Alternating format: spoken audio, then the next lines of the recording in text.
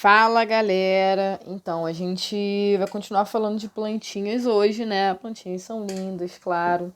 Então, hoje a gente vai entrar um pouquinho em fisiologia. Vocês já viram com o Hudson na semana passada, né? Sobre fisiologia da raiz, fisiologia do caule. Hoje a gente vai continuar vendo fisiologia, só que a gente vai falar dos hormônios vegetais. Os hormônios vegetais, gente, eles também podem ser chamados de fito-hormônios, tá? Então, assim como nossos hormônios, eles são compostos orgânicos, né?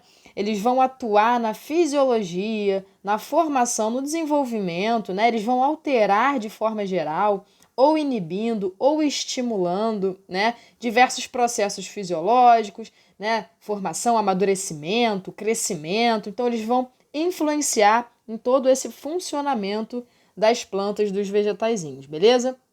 Olha, diferente do que acontece em animais, os hormônios vegetais, gente, eles têm o costume de atuar no próprio local de síntese, tá? No próprio local de produção. Então, não é como em nós animais, que, por exemplo, né, produzimos FSH, né, na nossa hipófise, né? Então, ela parte dessa glândula, cai na corrente sanguínea e acaba atingindo um tecido-alvo. Aqui, né, é possível que esse hormônio produzido, ele atue no local de síntese dele, beleza? Então, a gente vai falar de 5 classes de hormônios principais, beleza? A primeira grande classe de hormônio é a classe das auxinas. O mais conhecido e o primeiro a ser reconhecido foi o ácido indolilacético. Vamos sempre chamar ele de AIA, beleza? É uma abreviação. Então, na verdade, quando a gente fala de auxina, giberelina, citocinina, são classes de hormônios, beleza? Tá? No caso da auxina, né, é uma grande classe onde o principal que a gente vai falar é o AIA, ácido indolilacético. Gente, a auxina, ela é conhecida como hormônio do crescimento. Só que aqui, o crescimento que ela promove não é um crescimento por multiplicação celular, e sim um crescimento por alongamento celular. A auxina, ela vai promover o afrouxamento da parede celular de células vegetais, fazendo com que essa célula ela consiga se alongar, beleza? Então, é um crescimento a partir da distensão celular e não da multiplicação celular. A gente vai comentar aqui que o crescimento da planta não depende só da auxina ou não depende só da citocinina, que também está relacionada com o crescimento. Esses dois hormônios de crescimento, a auxina e a citocinina que eu vou falar, vão atuar de forma conjunta no crescimento vegetal, tá? Mas a auxina, ela causa um crescimento por alongamento, ela vai causar a distensão celular a partir do afrouxamento dessa parede aqui, tá? Principal local de produção, meristema apical, ápice do caule.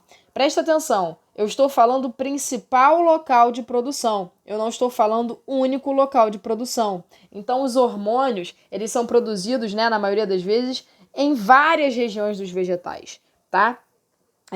Só que cada um, né, ele é produzido em maior quantidade em determinadas estruturas, em determinados órgãos, beleza? O principal local de produção das auxinas vai acontecer no meristema do caule, lá no ápice do caule. Então, ele vai causar um alongamento das células do caule.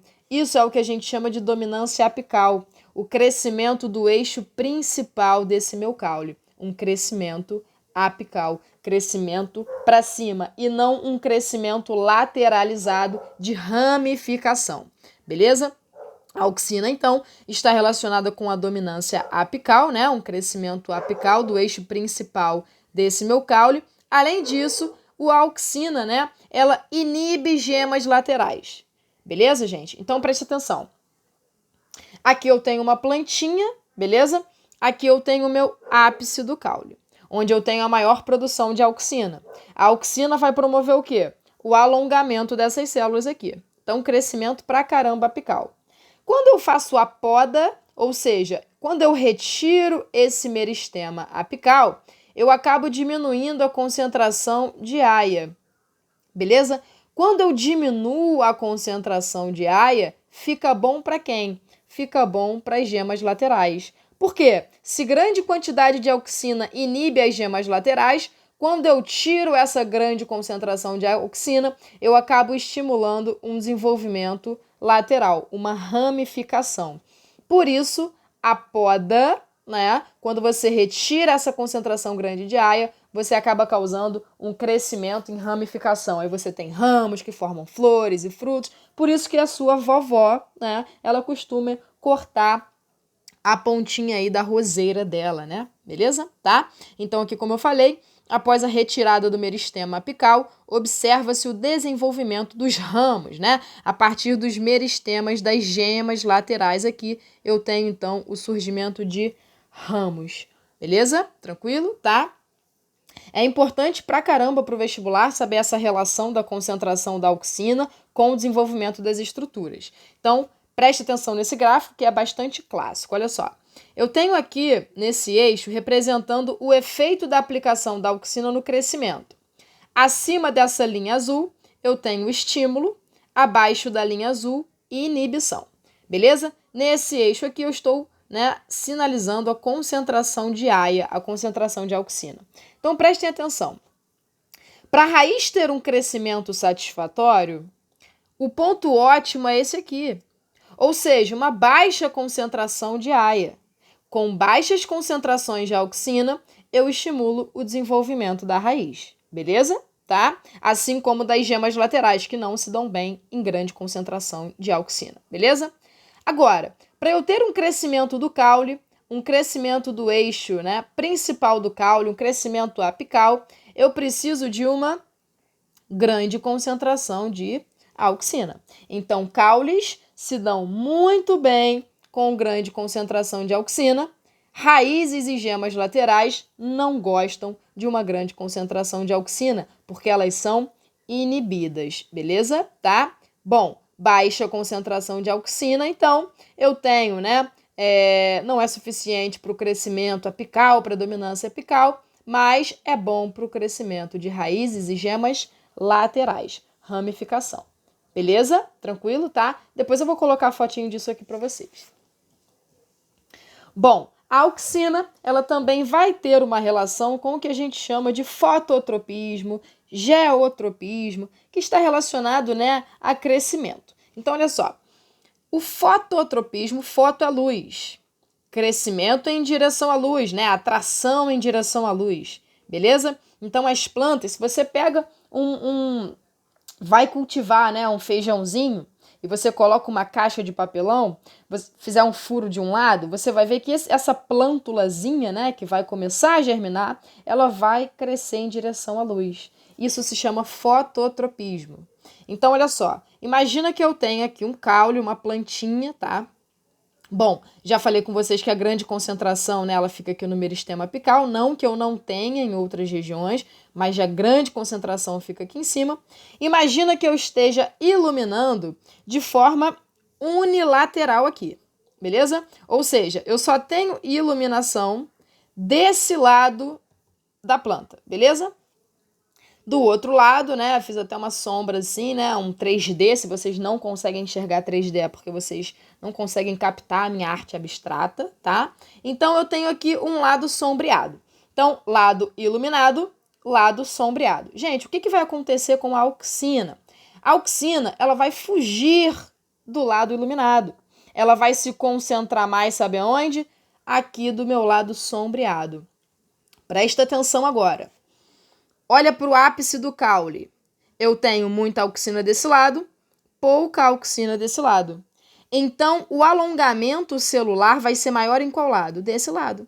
Então, eu vou alongar a célula um pouquinho aqui, um pouquinho aqui, um pouquinho aqui, um pouquinho aqui. Isso causa uma curvatura em direção à luz. Olha que lindo, sério, cara, botânica. É lindo, me dá vontade de chorar. Tô quase chorando de verdade. Então, eu tenho aqui, gente, um crescimento assimétrico do caule, sacou? Olha, eu vou ter um alongamento gigante desse lado e menorzinho desse lado. Isso causa uma curvatura para o lado da luz. Eu falo, então, que o caule ele tem um fototropismo positivo. Por quê? Porque ele está crescendo em direção à luz. E a raiz? A raiz cresce, preste atenção nesses dois lados. A raiz cresce onde eu tenho menos auxina. Lembra que a grande concentração de auxina, ela inibe o crescimento da raiz, assim como de gemas laterais? Então, a raiz ela vai se alongar um pouquinho desse lado, um pouquinho aqui, um pouquinho aqui, causando uma curvatura em direção oposta à luz. Se eu estou indo em direção oposta à luz, eu posso falar que a raiz tem um fototropismo negativo. Beleza? Já caiu no Enem. Uma questão sobre a auxina. Ele falava o seguinte: suponha que uma planta tenha sido apoiada horizontalmente, né, em uma base com um sistema de relógio, né? Ele falava na questão que isso, obviamente, ficava girando. Então, a planta ficava presa à parede e ficava girando o tempo todo. É isso que ele queria falar, beleza? Por isso que eu tô toda rabiscada, né? Olha a minha mão. Beleza? Tá? Então, essa planta ela vai ficar girando. Aí ele perguntava, qual é o sentido da direção que a planta vai crescer? Gente, se essa planta está girando, eu estou distribuindo a auxina de forma, né? De forma uniforme é ótimo, mas uniformemente pela minha planta. Então, eu não vou ter nenhum crescimento assimétrico. Ou seja, pela dominância apical, a minha planta vai crescer, né, na direção reta, né? Então, ela vai crescer aí dominância apical, né? Então, do caule para cima, né? No caso, ela tá deitada, mas é para cima, é reto. Beleza? Dominância apical. Show de bola, tá? Temos um outro tipo, que é o geotropismo, tá? O geotropismo, geo significa terra, né?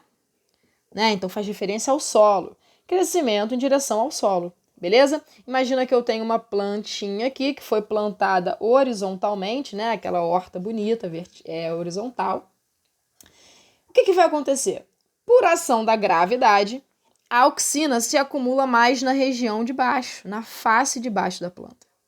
Então, quando ela se acumula aqui, vamos lá, olha só para o caule. Eu tenho um pocão de auxina aqui e um pouquinho aqui. Então, o caule se alonga mais nessa região, nessa face, né? E menos nessa. Então, ele vai crescer em direção oposta ao solo. Então, eu falo que o caule apresenta um geotropismo negativo. Beleza? Tá? E a raiz? A raiz, ela se alonga mais onde eu tenho menos auxina, menos aia. Então, se alonga um pouquinho aqui, um pouquinho aqui, um pouquinho aqui, um pouquinho aqui.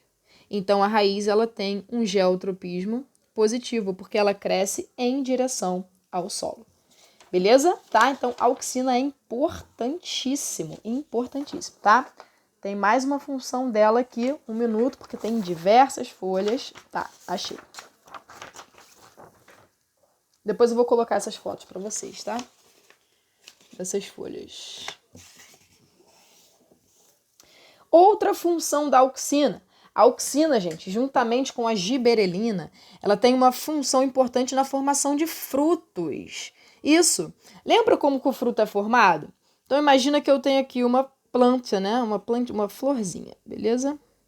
Então, aqui as estruturas masculinas, pá, pétalazinha aqui, estrutura feminina aqui, os gametas femininos estão aqui. Chegou um grãozinho de pólen com um gameta masculino, fecundou, gerou uma semente. O que é semente? É um embrião, aqui no meio, é embriãozinho, e em volta eu tenho um tecido de nutriente, né, reserva nutritiva, que eu chamo de endosperma. Beleza? Tá? Gente, essa semente aqui, ela vai estar dentro do ovário, né? Então, a fecundação aconteceu aqui, gerei um embriãozinho, camada de nutriente, dentro do ovário, que é essa região dilatada aqui do meu carpelo. Beleza? Tá? Gente, essa semente, ela vai começar a produzir auxina.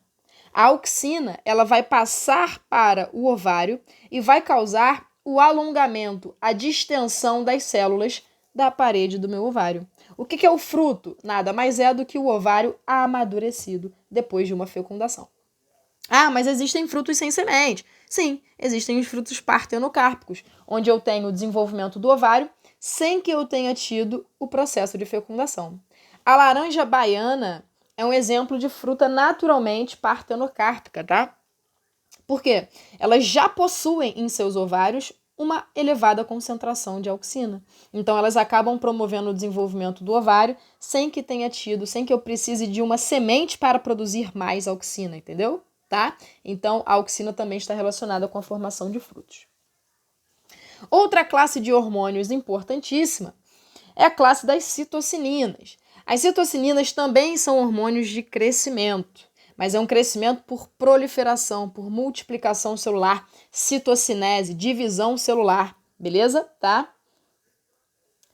Então, eu vou apresentar nesse caso um crescimento por proliferação, por multiplicação celular, tá? Uma coisa, né, que eu já falei, mas é importante. Sozinha, a citocinina não consegue promover o crescimento da planta. Sozinha, a auxina não promove o crescimento da planta. Esses hormônios, eles precisam estar equilibrados, né? Beleza? Bom, principal local de produção da citocinina acaba acontecendo no meristema subapical, na raiz. Então, como se fosse o oposto da auxina, né? A auxina é produzida no meristema apical e ela é distribuída, né, por células parenquimáticas e também através do floema.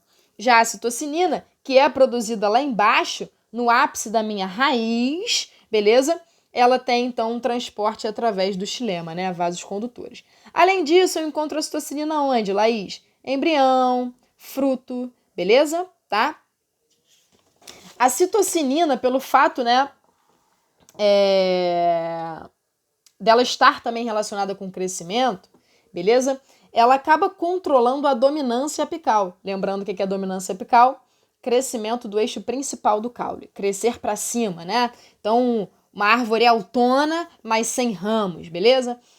Então, por que controle da dominância apical? Gente, a auxina e a citocinina são antagônicas quando a gente fala do estímulo de gemas laterais. A auxina, grande concentração de auxina, inibia o desenvolvimento de gemas laterais. Citocinina não. A citocinina estimula as gemas laterais. Então, por que a poda é tão importante? Porque, além, né, quando eu podo, eu tiro o meristema apical, além de reduzir a concentração de auxina, eu estou também promovendo, né, a chegada ali da citocinina, que acaba estimulando essas gemas laterais. Beleza? A citocinina que está subindo através do meu xilema. Então, a citocinina estimula as gemas laterais, enquanto a auxina, ela inibe gemas laterais. Por isso, são hormônios antagônicos. Beleza? Bom, a citocinina, ela também retarda o processo de senescência das folhas, tá? Muitas pessoas relacionam senescência com envelhecimento. Então, cuidado com essa comparação, porque a senescência é um conjunto de mudanças, né, que provocam a deterioração, né, quase não saiu, e a morte da célula vegetal. Quando a planta ela está, né, em um lugar muito frio ou muito seco, um local que não é bom para ela, em situações, em condições adversas, ela inicia um processo de senescência. Entendeu? Ela inicia um processo de senescência, queda das folhas e tudo mais. Beleza? O envelhecimento, gente, seria um processo natural, né? Quando a planta está velha. Então, não necessariamente o envelhecimento ele acaba sendo a senescência, né? Porque a senescência acaba sendo uma estratégia da planta, né? Enfim, então cuidado com essa comparação. Então, a citocinina ela acaba retardando esses processos de senescência. Ela vai estimular o aumento do metabolismo, estimulando a síntese proteica, inibindo a degradação das proteínas, beleza? Então, a citocinina, gente, em grandes floriculturas, ela né, citocinina sintética, ela é pulverizada nas plantas para você conservar, né, os buquês, as flores que foram cortadas há um tempão, né, do pé, beleza? Tá? Então, a citocinina ela tem essas funções mais importantes, tá? Controle da dominância apical, porque ela acaba estimulando gemas laterais, tá? Ao contrário da auxina, tá? E retardo da senescência das folhas, né? Então, lembrando aí da conservação dessas plantinhas através da pulverização, né, da citocinina. Bom, a giberelina, ela é encontrada em grande concentração, gente, em partes jovens. Então, giberelina, quando você pensa em crescimento, pensa em partes jovens, tá? Ela tem uma grande concentração, principalmente em sementes imaturas, além de tecidos jovens do sistema caulinar, tá? O transporte acaba sendo feito também por vasos condutores. E aí, a giberelina foi percebido que ela tem uma relação muito também interessante com o crescimento. Existem as plantas anão, que são plantas pequenininhas, né? Se você injeta giberelina, essas plantas com giberelina, elas acabam atingindo tamanhos normais. Isso mostra que a giberelina também tem efeito sobre o alongamento e a multiplicação celular. Então, ela também tem uma relação com crescimento, beleza? Outra relação importantíssima da giberelina, e aí eu diria a principal função, né, a mais conhecida dela, é com relação às sementes. A giberelina, ela quebra o estado de dormência. Gente, se eu tenho uma semente em um local com pouco nutriente, pouca água, um ambiente seco, é bom que essa semente germine? Não, porque a planta não vai conseguir sobreviver ali. Então, a semente, ela entra em um processo de dormência. É como se ela estivesse hibernando ali. Então, ela produz proteínas de reserva, ela produz tecido de reserva, ela perde água, desidrata e ela fica ali como se fosse paralisada, beleza? Quando essa semente tá no ambiente, né? Ela estava em dormência e aí, poxa, tá num ambiente com uma grande disponibilidade de água, com nutrientes pra caramba, com uma temperatura legal, né? Ela acaba quebrando a dormência. Quando o embrião quer germinar, ele começa a produzir giberelina. A giberelina vai causar o crescimento do embrião, beleza? A partir do alongamento. Quando esse embrião, essa estrutura começa a se alongar, eu tenho então a formação de uma plântula. Não é isso? Ela começa a germinar.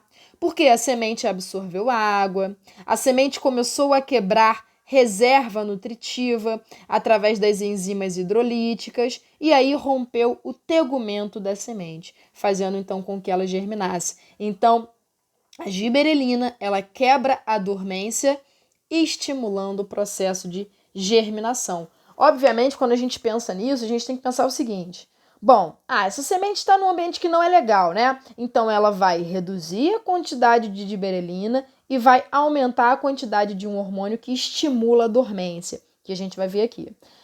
Agora eu estou num ambiente que é muito bom para germinar. O que essa planta vai fazer? Ela vai reduzir a quantidade desse hormônio que estimula a dormência e vai começar a produzir giberelina. Então a planta ela vai produzindo, né, estimulando ou inibindo processos fisiológicos diferentes de acordo com a espécie, de acordo com o ambiente que ela está inserido. Então isso vai variar muito, tá?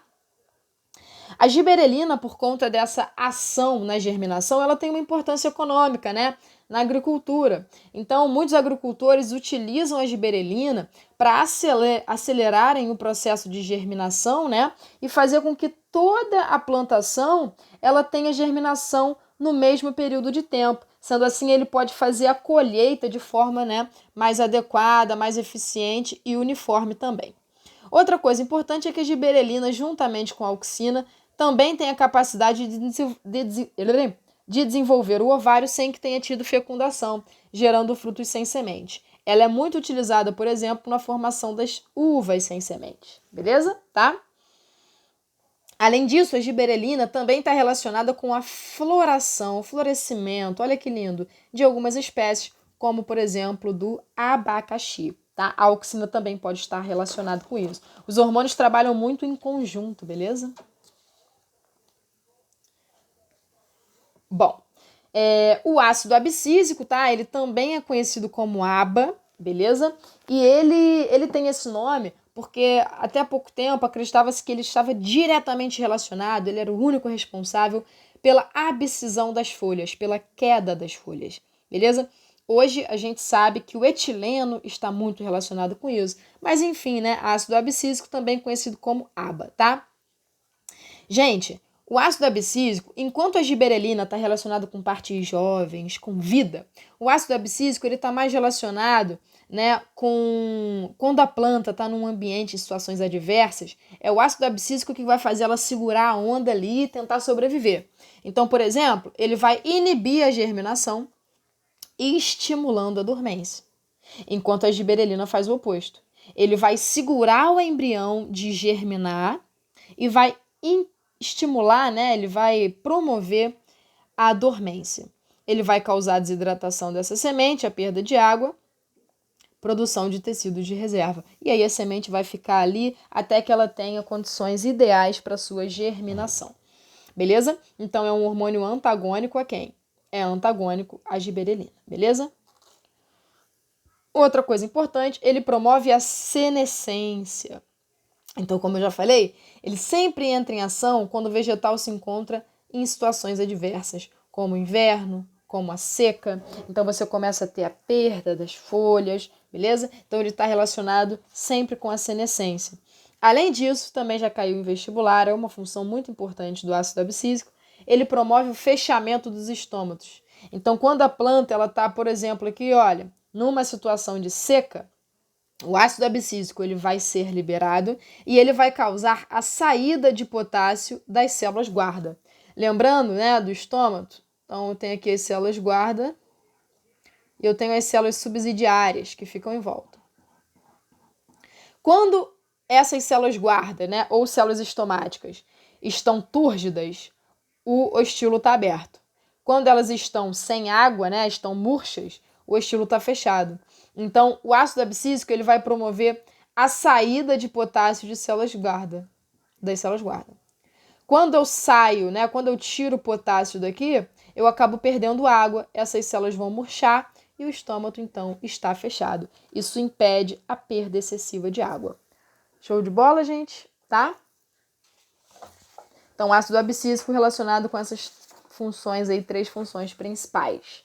Beleza? A aula tá ficando comprida pra caraca, meu Deus. Mas tá, é o último hormônio agora. Etileno. Gente, o etileno é um hormônio gasoso. Então, ele consegue se dissipar pelo ambiente.